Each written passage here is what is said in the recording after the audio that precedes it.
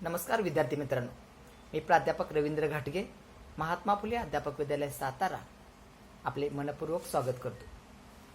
विद्यार्थी मित्रांनो, आज आपण DLED द्वितीय वर्षातील S3 हा जो विषय आहे, या विषयातील घटक क्रमांक 1 कृती संशोधन ओळख आणि नवोपक्रम हा घटक पाहणार आहोत। या घटकातील कृती संशोधन, त्याचा अर्थ, व्याख्या, आराखडा आणि अहवाल या दोन्हीमधला फरक, ह्या गोष्टी आज आपण पाहणार आहोत। सगळ्यात पहिल्यांदा आपण कृती संशोधनाचा अर्थ पाहूया। शिक्षकाला ज्या समस्या भेडसावतात, ज्या अडचणी जाणवतात, या समस्यांचा सोडवणुकीसाठी जी शास्त्रीय पद्धती वापरली जाते किंवा शास्त्रीय पद्धतीने या समस्या सोडवल्या जातात, त्याला कृती संशोधन असे म्हणतात। इंग्रजीमध्ये कृती संशोधनाला ॲक्शन रिसर्च असे म्हटले जाते। शिक्षकाला अध्यापन करत असताना व्यवस्थापनामध्ये, प्रशासनामध्ये वेगवेगळ्या अडचणी येत असतात। या अडचणी शिक्षक कृती संशोधनाच्या माध्यमातून सोडवू शकतो आणि आपले अध्यापन प्रक्रिया प्रभावी करू शकतो। अध्यापन प्रभावी करण्यासाठी ही एक शास्त्रीय पद्धत आहे। या शास्त्रीय पद्धतीचा आपण वापर करत असतो। त्याच्यानंतर पुढचा भाग आहे आराखडा। कृती संशोधन करण्यापूर्वी आपल्याला आराखडा तयार करावा लागतो। आता या आराखड्यामध्ये काय असतं किंवा आराखडा म्हणजे नेमकं काय? आराखडा म्हणजे आपली एक दिशा असते।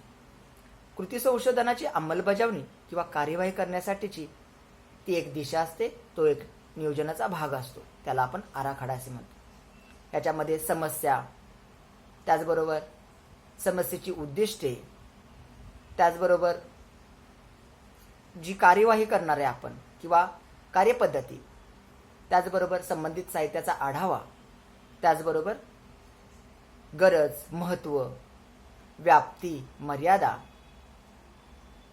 ह्या गोष्टींचा विचार केला जातो। गृहीतके, परिकल्पना ह्या गोष्टी आपल्याला आराखड्यामध्ये मांडाव्या लागतात।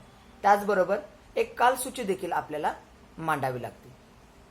हे कृती संशोधन करण्यासाठी आपल्याला किती वेळ लागणार आहे, त्याचं एक नियोजन,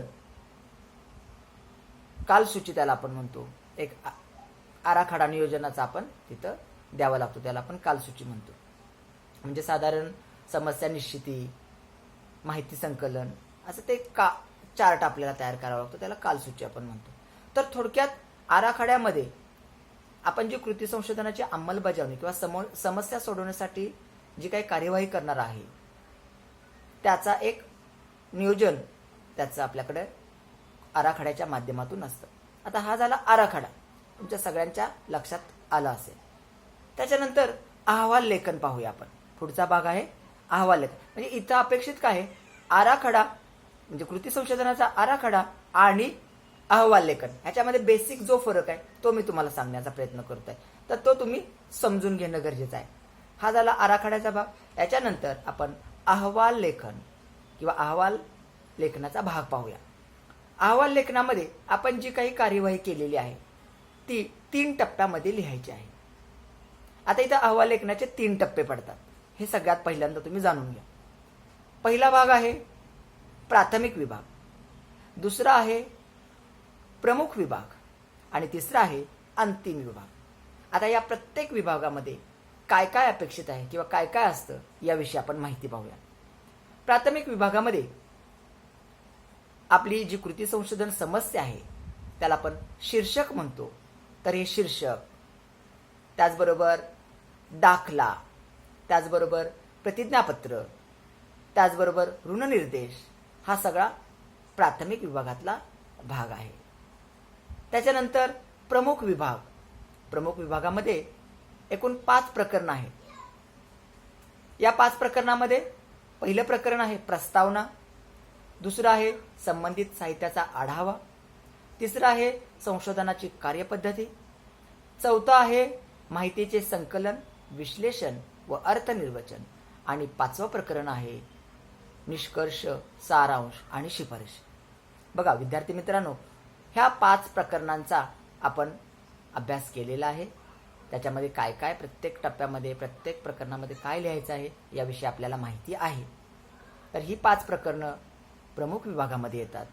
आणि तिसरा जो भाग आहे, तिसरा विभाग आहे तो म्हणजे अंतिम विभाग. या अंतिम विभागामध्ये तुम्ही परिशिष्ट जे असतात, मग त्याच्यामध्ये विद्यार्थ्यांची यादी असेल, त्याचबरोबर मुख्याध्यापकांचे परवानगीचे पत्र असेल किंवा विनंती अर्ज आपण करतो, परवानगी मागण्यासाठी पत्र लिहितो ते पत्र असेल, त्याचबरोबर आपण जी पूर्व चाचणी, उत्तर चाचणी किंवा जे काही आपण प्रश्नावली वापरलेली असेल, मुलाखतीचा फॉर्मॅट असेल, तर ह्या सगळ्या गोष्टी पूर्व चाचणी, उत्तर चाचणी हे आपण अंतिम विभागामध्ये परिशिष्टामध्ये आपण लावतो. त्याचबरोबर संदर्भ ग्रंथ किंवा संदर्भ ग्रंथाची यादी जे तुम्ही कृती संशोधन राबवत असताना ज्या ज्या संदर्भ ग्रंथांचा, पाठ्यपुस्तकांचा रेफरन्सेससाठी वापर केलेला आहे त्याची सगळ्यांची यादी आपल्याला इथे द्यावी लागते. तर विद्यार्थी मित्रांनो, अशा प्रकारे आपण अहवालामध्ये 5 हे जे 3 विभाग आहेत, प्राथमिक विभाग, प्रमुख विभाग आणि अंतिम विभाग, तर या पद्धतीचं आपण लेखन करायचं आहे किंवा अहवाल लेखनामध्ये हे 3 टप्पे येत असतात.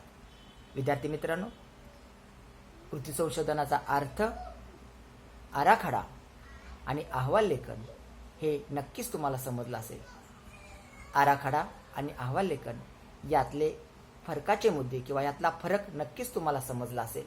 हा व्हिडिओ तुम्हाला आवडला असेल तर लाईक आणि सबस्क्राईब नक्की करा. भेटूया पुढच्या व्हिडिओमध्ये. धन्यवाद.